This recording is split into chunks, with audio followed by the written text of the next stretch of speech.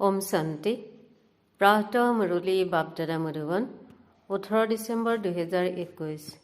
মৰমৰ সন্তানসকল, শ্ৰীমতে কয় পঢ়াৰ প্ৰতি পুৰা ধ্যান দিয়া, লিখা পঢ়া কৰিলে নবাব হবা, অৰ্থাৎ অন্তৰ আসনাধাৰী হৈ যাবা। প্ৰশ্ন: সেৱা বৃদ্ধি নোহোৱাৰ কাৰণ কি? উত্তৰ: যদি সেৱা কৰা সন্তানসকলৰ দেহ অভিমান আহি যায়, অলপ সেৱা কৰিলে আৰু নিচা বাঢ়ি গ'ল যে মই অমুকক জ্ঞান দিলোঁ, তেতিয়া সেৱা বৃদ্ধি হ'ব নোৱাৰিব। সন্তানসকলে এইটো পাহৰি যায় যে এওঁক বাবাই অনুপ্ৰাণিত কৰিলে। দেহ অভিমানেই সেৱা বৃদ্ধি হ'বলৈ নিদিয়ে। সেয়েহে বাবাই বাৰে বাৰে যুক্তি শুনায় যে দেহি অভিমানী হোৱা।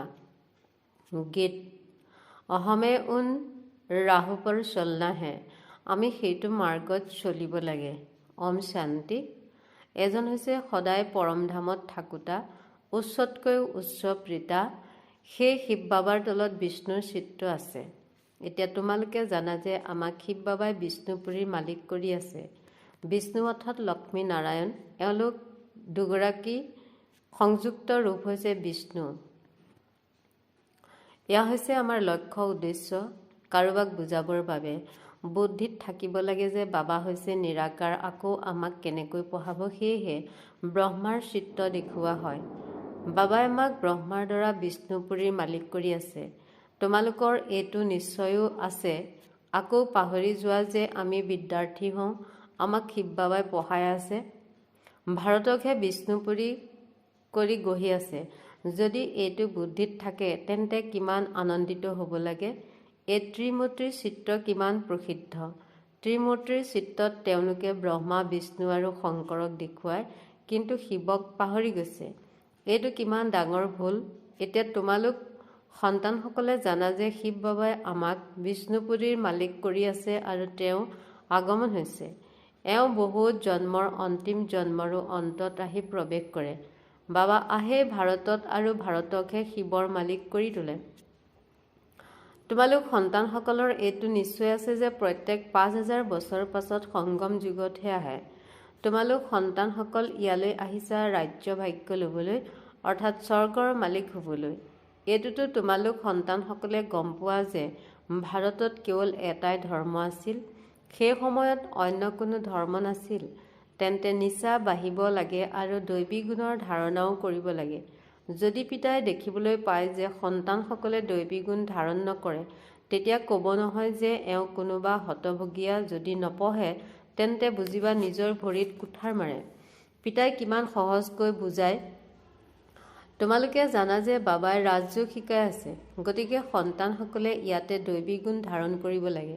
সত্য যুগত গৈতো নকৰিবা নহয় জানো?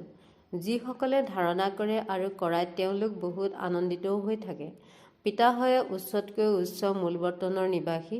সূক্ষ্ম বৰ্তনবাসী সকলক দেৱতা বুলি কোৱা হয় আৰু ইয়াত হৈছে মনুষ্য। পৰমাত্মা হৈছে সকলো আত্মাৰ পিতা অথবা স্বৰ্গৰ ৰচয়িতা। এই জ্ঞানো তোমালোকে এতিয়া পোৱা। তোমালোকে জানা যে আমিও প্ৰথমতে পাথৰ বুদ্ধিৰ আছিলোঁ। পিতাৰ দ্বাৰা আমিও পাৱন হৈ আছোঁ। প্ৰথমতে ভাৰতত দেৱী দেৱতাৰ ৰাজ্য আছিল। সেইখনক ভাগৱতী শ্ৰী লক্ষ্মী ভগৱান শ্ৰী নাৰায়ণৰ ৰাজ্য বুলি কোৱা হয়। এতিয়া সেইখন কলৈ গ'ল? তেওঁলোকক এনেকৈ কোনে গঢ়িলে?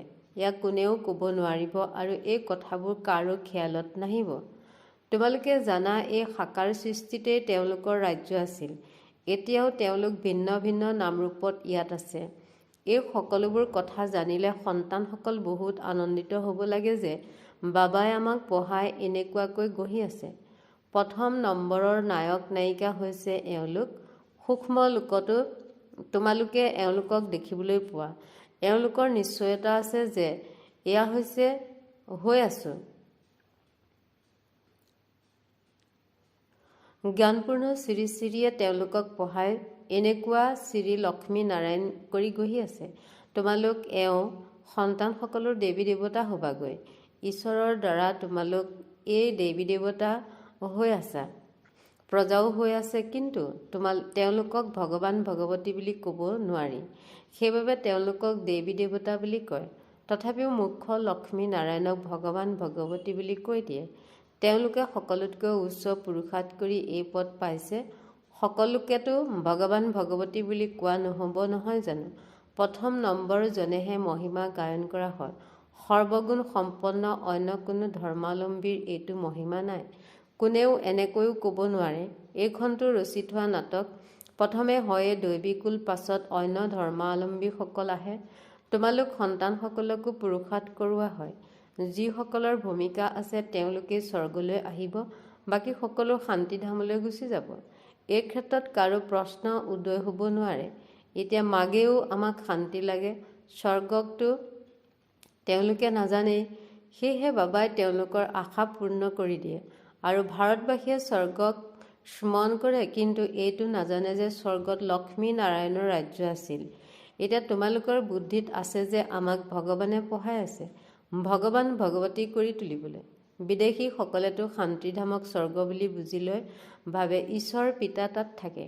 তোমালোকে জানা স্বৰ্গ বেলেগ, শান্তিধাম বেলেগ। তোমালোকেহে স্বৰ্গলৈ আহা। প্ৰথমে শান্তিধাম, তাৰপাছত সুখধাম, তাৰপাছত দুখধাম, পুনৰ শান্তিধামলৈ যাব লাগে। এইখন খেল ৰচি থোৱা আছে। সকলো আত্মা সত্যযুগত আহিব, এয়াতো হ'ব নোৱাৰে। এয়া বিভিন্ন ধৰ্মাৱলম্বীৰ সৃষ্টি চক্ৰ। প্ৰথমে সূৰ্যবংশী, তাৰপাছত অন্য ধৰ্ম আহে।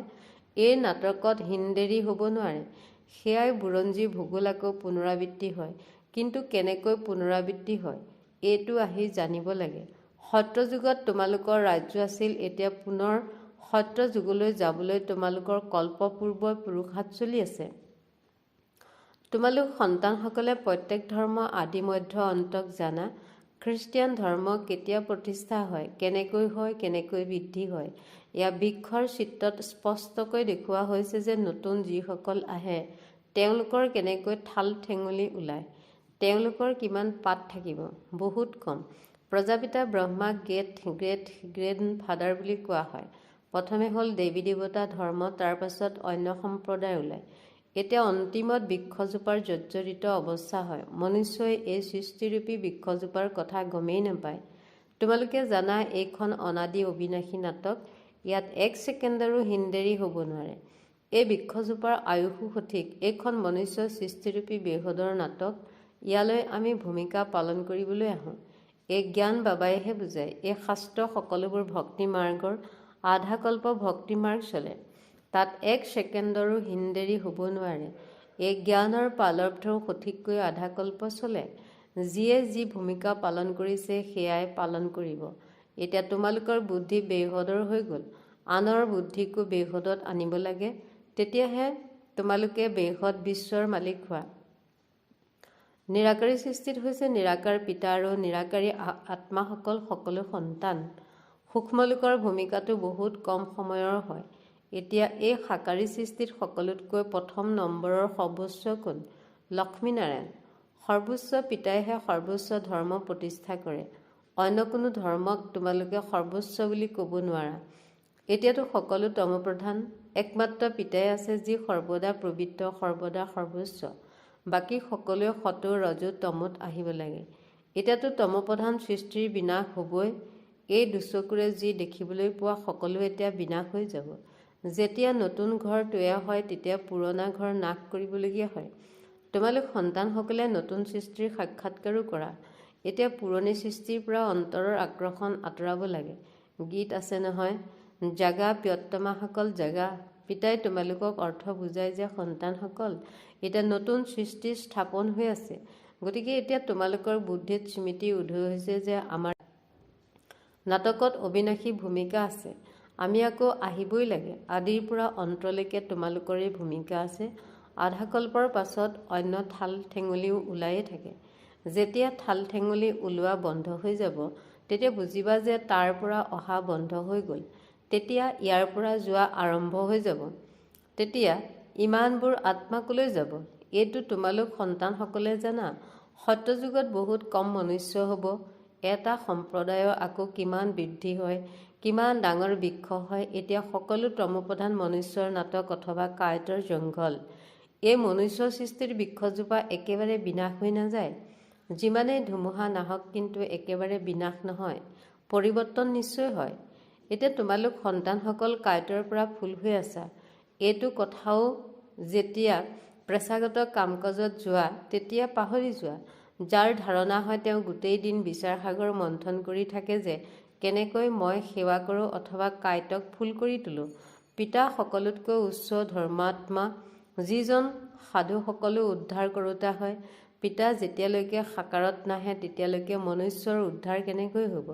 বাকী প্ৰেৰণাৰে হ'ব জানো? সেয়েহে বাবা আহি গোটেই জ্ঞান দি তোমালোকক ত্ৰিকালদৰ্শী কৰি তোলে। তেন্তে তোমালোক সন্তানসকলৰ কিমান নিচা থকা উচিত? বাবাই বহুত যুক্তি শুনায় যে এনেকুৱা সেৱা কৰিলে তেতিয়া বহুতৰ কল্যাণ হ'ব।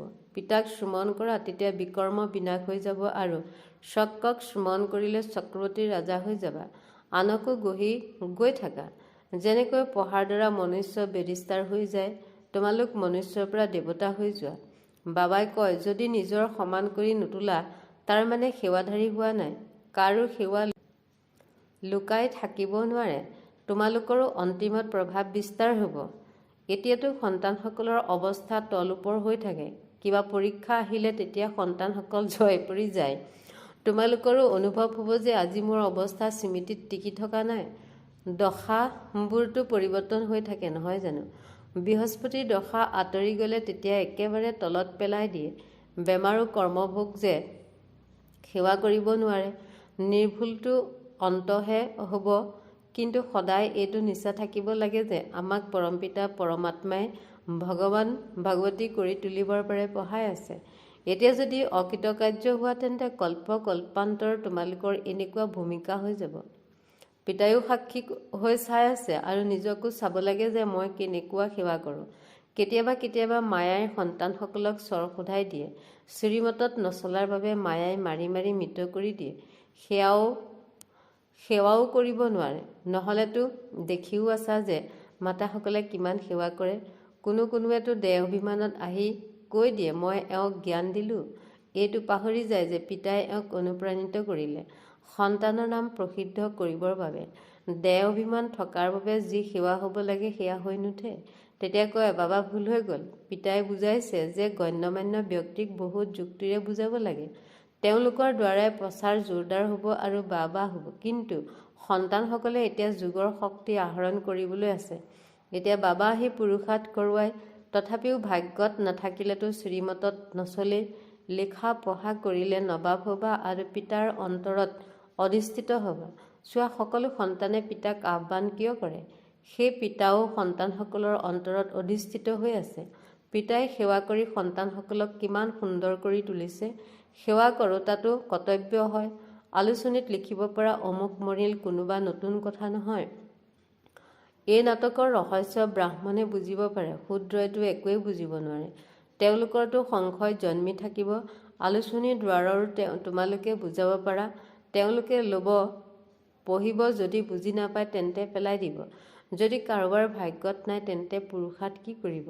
তেতিয়া অলপো ধাৰণ কৰিব নোৱাৰে। সেয়েহে অন্তৰেও বিচাৰিব যে এনেকুৱা জনক এইটো মন্ত্ৰ দিওঁ, ইয়াক কোৱা হয় মহামন্ত্ৰ মন মনা ভৱ।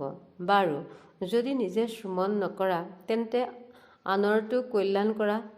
ঘৰে ঘৰে এইটো বাৰ্তা দিয়া যে পিতাই কয় মোক শ্ৰমণ কৰা, পতিত পাৱন মইহে হওঁ। সেৱাৰ কাৰণে মগজ খটুৱাব লাগে। ভাল বাৰু। অতি মৰমৰ কল্পৰ পাছত পুনৰাই লগ পোৱা সন্তানসকলৰ প্ৰতি মাতা পিতা বাপ দাদাৰ স্নেহপূৰ্ণ শ্ৰমণ আৰু সুপ্ৰভাত। আত্মিক পিতাৰ আত্মিক সন্তানসকলক নমস্কাৰ। ধাৰণা নিজৰ বুদ্ধি হদৰ পৰা আঁতৰাই বেহদত ৰাখিব লাগে, আনকো বেহদত আনিব লাগে। এই পুৰণি সৃষ্টিৰ পৰা অন্তৰৰ আকৰ্ষণ আঁতৰাই দিব লাগে। সদায় আনন্দিত হৈ থাকিবলৈ ধাৰণা কৰিব লাগে আৰু কৰাব লাগে। আমাক ভগৱানে পঢ়ায় এইটো নিশ্চয় ৰাখিব লাগে। বৰদান তপস্যাৰ দ্বাৰা নিজৰ বিকৰ্ম বা অৱগুণৰ সংস্কাৰবোৰ ভস্ম কৰোঁতা তপস্বীমূত হোৱা। যেনেকৈ এতিয়া ঈশ্বৰীয় প্ৰতিপালনৰ কৰ্তব্য চলি আছে তেনেকৈ অন্তিমত তপস্যাৰ দ্বাৰা নিজৰ বিকৰ্ম আৰু প্ৰত্যেক আত্মাৰ তমগুণী সংস্কাৰ বা প্ৰকৃতিৰ তমগুণক ভস্ম কৰাৰ কৰ্তব্য চলিব। ইয়াৰ বাবে সদায় একৰস স্থিতিৰ আসনত স্থিত হৈ নিজৰ তপস্বী ৰূপক প্ৰত্যক্ষ কৰা। তোমালোকৰ প্ৰতিটো কৰ্মেন্দ্ৰিয়ৰ দেহ অভিমানৰ ত্যাগ আৰু আত্মা অভিমানী হোৱাৰ তপস্যা যাতে প্ৰত্যক্ষ ৰূপত দৃষ্টিগোচৰ হয়। শ্লোগান সংস্কাৰ আৰু সংঘাতৰ পৰা ৰক্ষা পাবলৈ বালক আৰু মালিকবোধৰ সন্তুলন ৰখা। ওম শান্তি।